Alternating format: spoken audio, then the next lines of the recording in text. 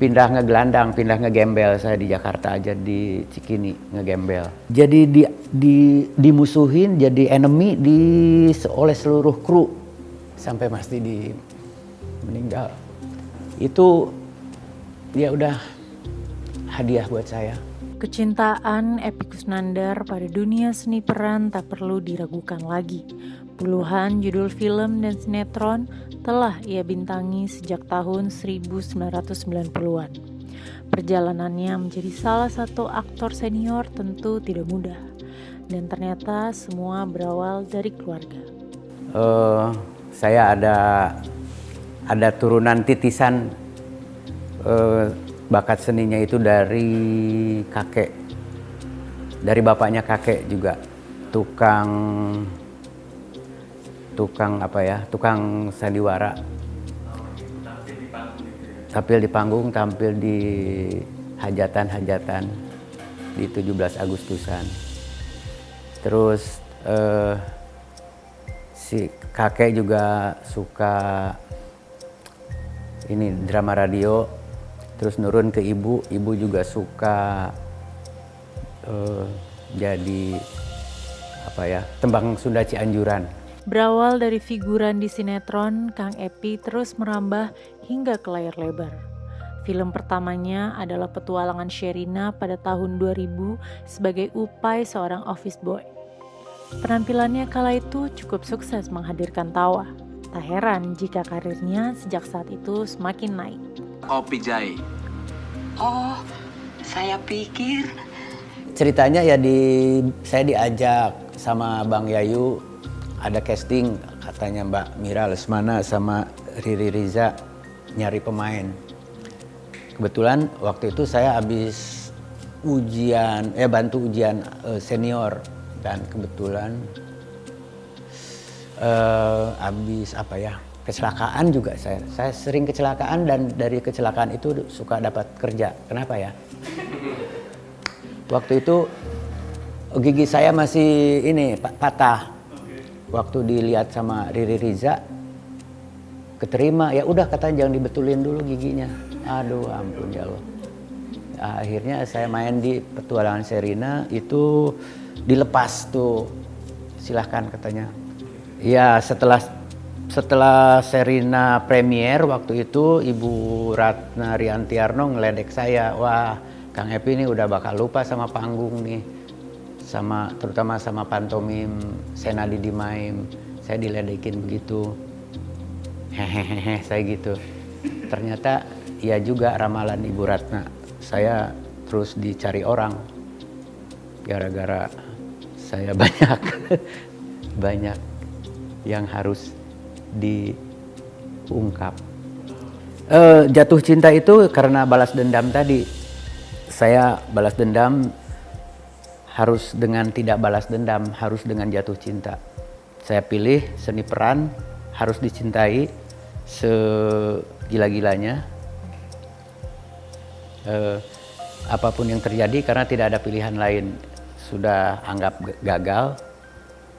Membahagiakan orang tua sudah gagal. Nah, mudah-mudahan di sini bisa membahagiakan orang tua. Akhirnya ya bisa lah, alhamdulillah sampai hari ini. Perjalanan karir Kang Epy diwarnai dengan perjuangan yang tak mudah. Siapa sangka dulu ia pernah mengenyam pendidikan di Universitas Pajajaran. Namun, belajar di jurusan yang tidak selaras dengan minat dan bakatnya membuat Kang Epy jadi enggan serius kuliah sampai di drop out. Ia kemudian melanjutkan kuliahnya di Institut Kesenian Jakarta. Saya bela-belain rela di DO di Unpad dulu. Di Unpad juga nggak sepenuhnya belajar karena sering bolos. Jurusan Administrasi Negara, Fakultas Ilmu Sosial dan Ilmu Politik, angkatan 83, iya. Kerjaan saya keluar main. Dulu zaman banyak ada ikut lises lingkungan seni Sunda Unpad, ikutan paduan suara, malah pelajarannya ditinggal. Jadi nilai-nilainya buruk semua. Di semester 5 saya anjlok, jadi tidak layak meneruskan. Kasarnya di DO, drop out. Setelah di DO saya malu, disusul sama ibu. Masih menganggap saya belum terus terang ke ibu bahwa saya udah nggak kuliah lagi, tapi malu untuk bilang ke ibu. Ibu saya nengok ke kosan saya, nyetrikain baju saya,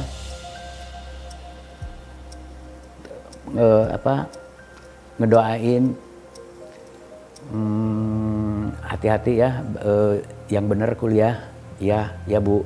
Saya melangkah sambil, waduh saya udah berbohong nih.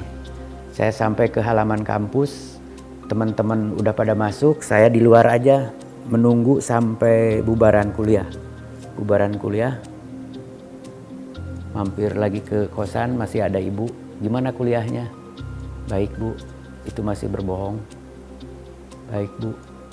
Ya udah, dari situ saya merasa ini harus balas dendam. Selama merantau di Jakarta, kehidupan Kang Epi bisa dibilang kekurangan, sebab ia harus membiayai perkuliahannya sendiri. Akhirnya saya di Jakarta aja, pindah. Bandung kayaknya udah nggak nerima saya, keberadaan saya.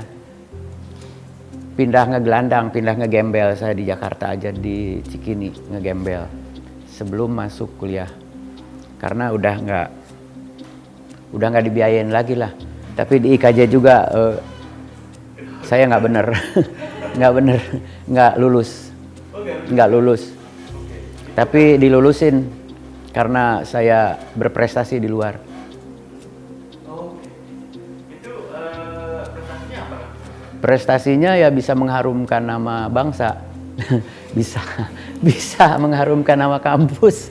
Jadi kenal tuh sama Mas Sena Autoyo, Mas Didi Petet. Akhirnya saya ikut kakak IKJ, ikut kakak jualan, ikut menjual diri gitu, ikut menjual seni peran. Akhirnya diajak ke lokasi jadi asisten dulu, bawain tas Mas Sena dulu. Lama-lama bisa dipercaya untuk main. Di balik keberhasilannya saat ini, Kang Epi masih menyimpan penyesalan yang teramat dalam. Saat ditanya apa titik terendah dan tertinggi dalam hidupnya, ia merujuk pada insiden ketika diajak syuting oleh Didi Petet di Bali.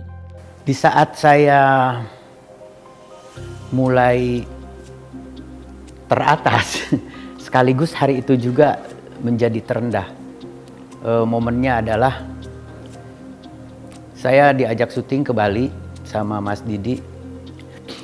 Dan di Bali saya melakukan kesalahan yang tidak saya sadari, bahwa kamu itu saya bawa ke Bali itu. Saya adalah panglimanya. Waktu itu Mas Didi jadi sutradara, jadi ketua rombongan segala macam. Hari pertama menyutradarai film, sinetron. Nah, sayanya nggak sadar bahwa ya belum dewasa lah waktu itu saya. Akhirnya skenario yang sudah ditulis di peran saya itu jadi hilang semuanya ya. Saya di Bali itu bukan jadi syuting, jadi gelandangan, jadi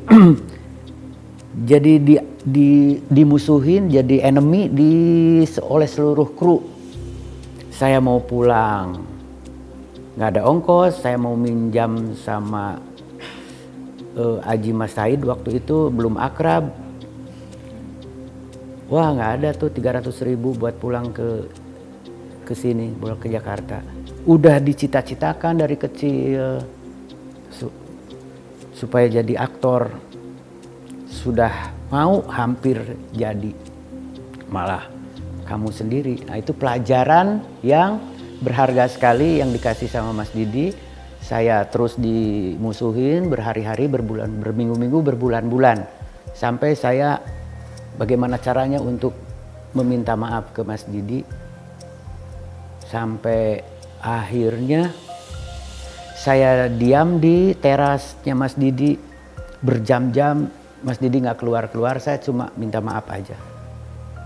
Hari itu nggak berhasil, balik lagi ke rumah, ngelamun lagi di jalanan. Saya konsultasi lagi sama Bang Yayu, Awe Unru. Udah bikin tenda aja di depan rumah Mas Didi. Mas Didi keluar langsung set, tangkap katanya, apa cium tangannya atau apa. Saya nggak sempat lakukan itu karena hari keberapanya saya coba lagi untuk duduk di terasnya. Akhirnya Mas Didi keluar, itu kata cerita disuruh istrinya, itu kasihan si Epi berhari-hari duduk di situ. Temuin aja dulu. Setelah ditemuin ya Mas Didi karena matanya petet ya, jadi memandang sebelah mata ke saya. Ayo mau apa kamu? Mas, saya datang ke sini pertama mau minta maaf. Keduanya, saya adalah murid Mas Didi. Silahkan Mas Didi mau meluluskan saya atau menjadi murid saya selanjutnya atau bagaimana keputusan dari Mas Didi. Akhirnya udah kamu lulus katanya. Tapi jangan harap bekerja sama lagi dengan saya. Ya udah nggak apa-apa. Sudah beberapa judul lewat gitu ya. Karena Mas Didi nggak mau kalau ada epinya. Sampai akhirnya saya dipertemukan di preman pensiun sama Mas Didi. Itu nggak lagi acting di situ.